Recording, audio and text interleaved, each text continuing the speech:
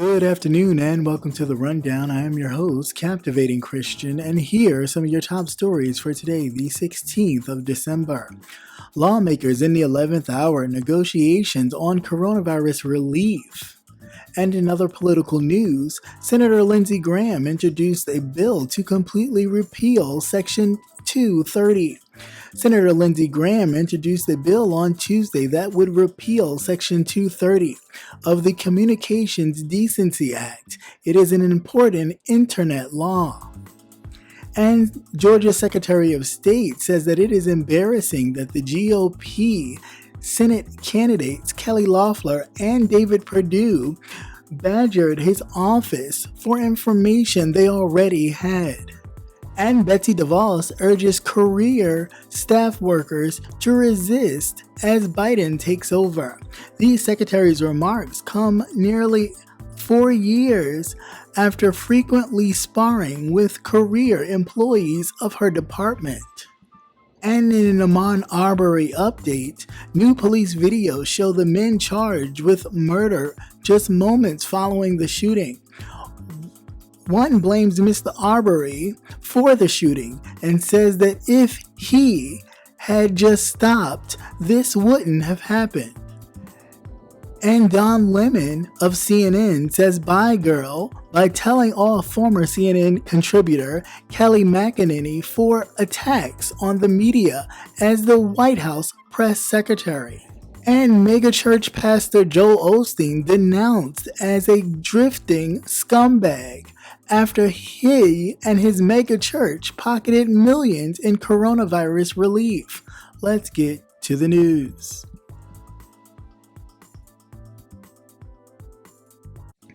After months of stalled negotiations on a desperately needed COVID-19 relief packages, top congressional negotiators are still in deep discussions to try to hammer out a deal before the end of the week.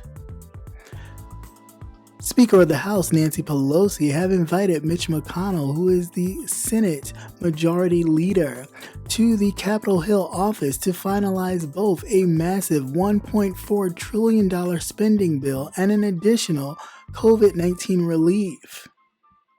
The Secretary of Treasury, Steven Mnuchin, whom Pelosi has spoken to at least 3 times already this week, have also joined the meeting by conference call.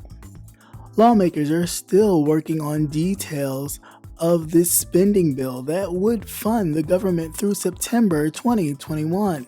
Top negotiators had confirmed that legislative text would be out Tuesday, but issues still remain on wage requirements for public workers, projects, and limits on surprise medical bills. Several pandemic relief programs that millions of Americans have relied on during the pandemic are set to expire by the end of the year. Pandemic Emergency Unemployment Compensation, which provides an additional 13 weeks of unemployment insurance, and Pandemic Unemployment Assistance Programs, which aid self-employed or part-time workers, are set to expire on December 31st. The nationwide eviction moratorium will expire at the end of the year, as well as the student loan forbearance program, which President Donald Trump implemented by executive order.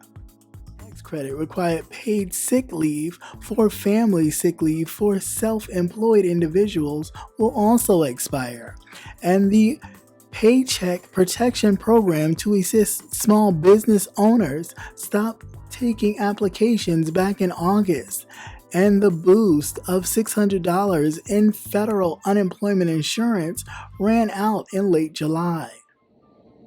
The first of 2 bills is a $748 billion proposal that would include measures both parties are largely in agreement on. In addition, or including a $300 billion for Small Business Administration, $300 per week in federal unemployment assistance, and $13 billion for food assistance, $25 billion for rental assistance, educational funds, child care funding, and funding for vaccine distribution, eviction moratoriums, and an expansion on student loan forbearance, and more.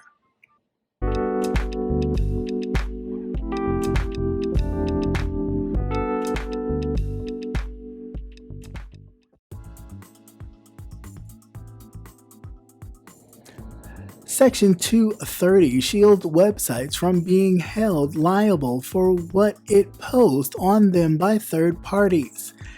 It has been hailed as one of the most valuable tools for protecting freedom of expression and innovation on the internet, and tech experts and advocates have warned that changes or a repeal of the law would have wide-reaching ramifications online. And despite this, the law has become a target for lawmakers, including Lindsey Graham and lawmakers on both sides of the aisle. President Donald Trump has repeatedly called for a repeal of the law and has become fixated on it as his term nears an end. The president is pushing for a nominee to the Federal Communications Commission. A repeal of the law could highlight the supposed bias against conservatives. Experts have noted that the repeal of the law could actually have the opposite effect and could lead to a more modernization of the content that could leave companies vulnerable to lawsuits.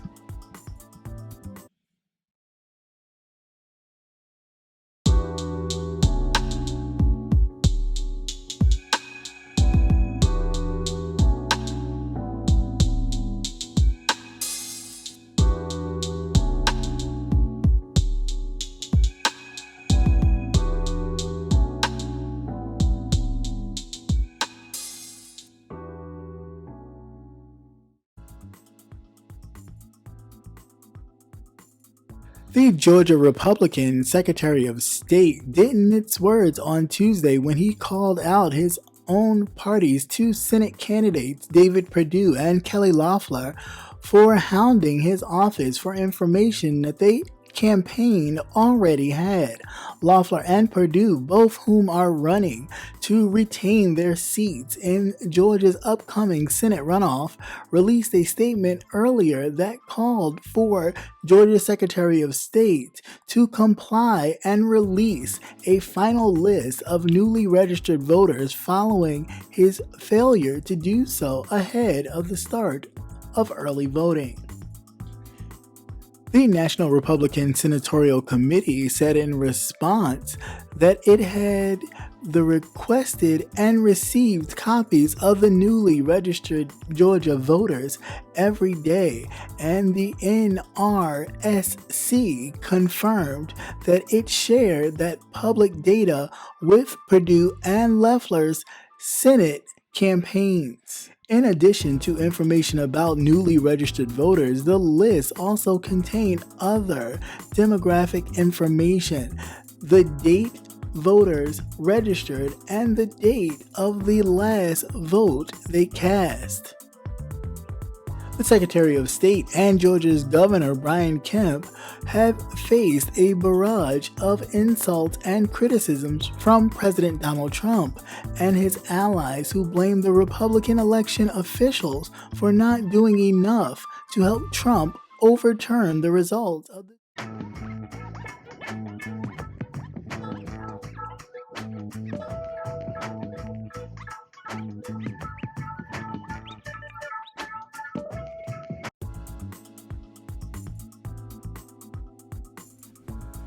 The Education Secretary, Betsy DeVos, urged career employees at the Education Department on Tuesday to be resistant when the Biden administration comes into power next month.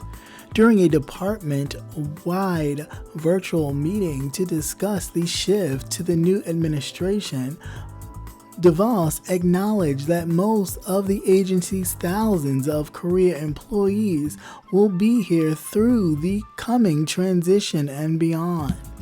An Education Department spokesperson did not respond to a request for comment on the remarks. The department also would not say whether DeVos plans to stay in office until January 20th.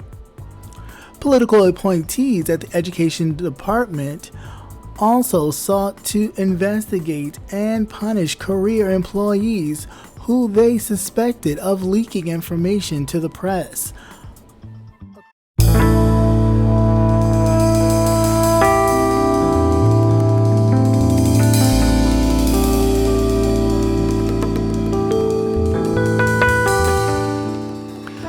And be sure to join Jay Wilson, Rebel Sun, The Official King Payne, Conscious TV, and Captivating Christian this and every Thursday at 6:45 Central Standard Time, 7:45 Eastern Standard Time for the Gentleman's Panel, where we are not afraid to go there and discuss an array of topics. See you there.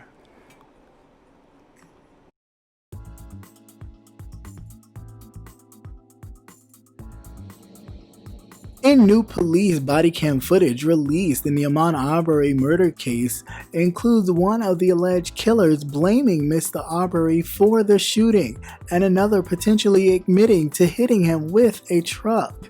In February, the father and son chased down Mr. Ahmaud Arbery, a black man who had been out jogging, under the pretenses that he had been breaking into a house that hadn't been under construction.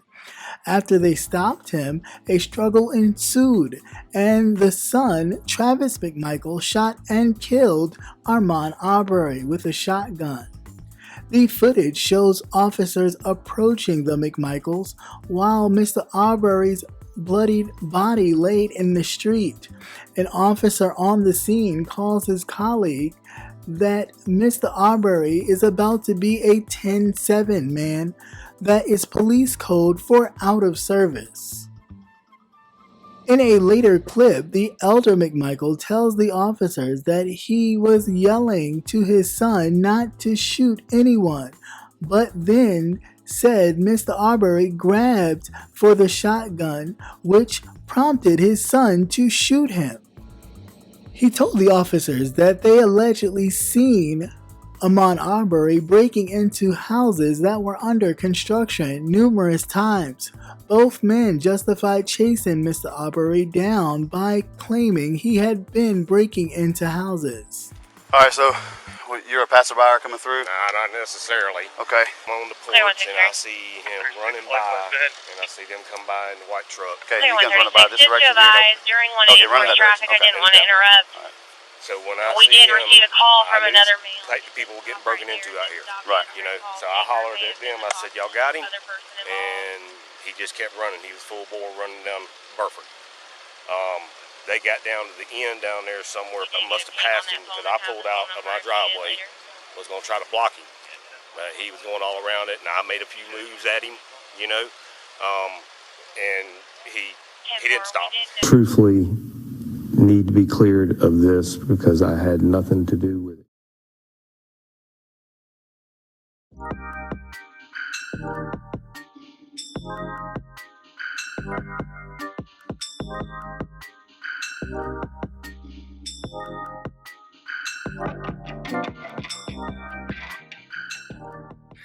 Hey, this is Captivating Christian here to remind you to tune in to Politics and Wellness every Tuesday night at 8 p.m.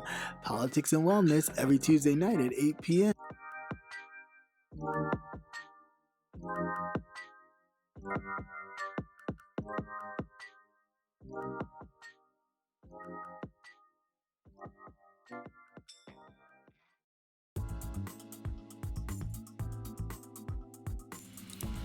CNN's primetime host Don Lemon was down to his last nerve over Press Secretary Kayleigh McEnany after her absurd performance at the latest White House press briefing on Tuesday, in which she still refused to acknowledge President-elect Joe Biden. Let's take a look. At the moment. Did you know she also works with a girl? Bye. I mean, there's another girl. Bye. Bye-bye.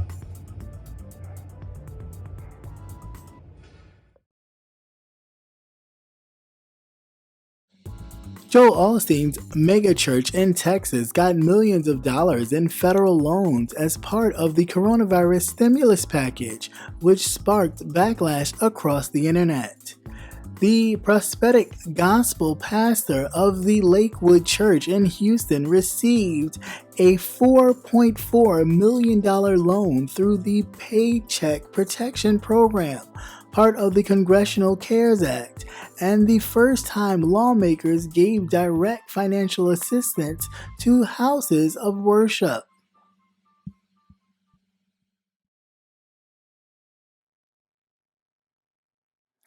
Once again, thank you for watching CCN Midday News. Hope you enjoyed. Please like, share, and subscribe. Also hit that notification button so you will never miss another news update. Have a great day. Peace.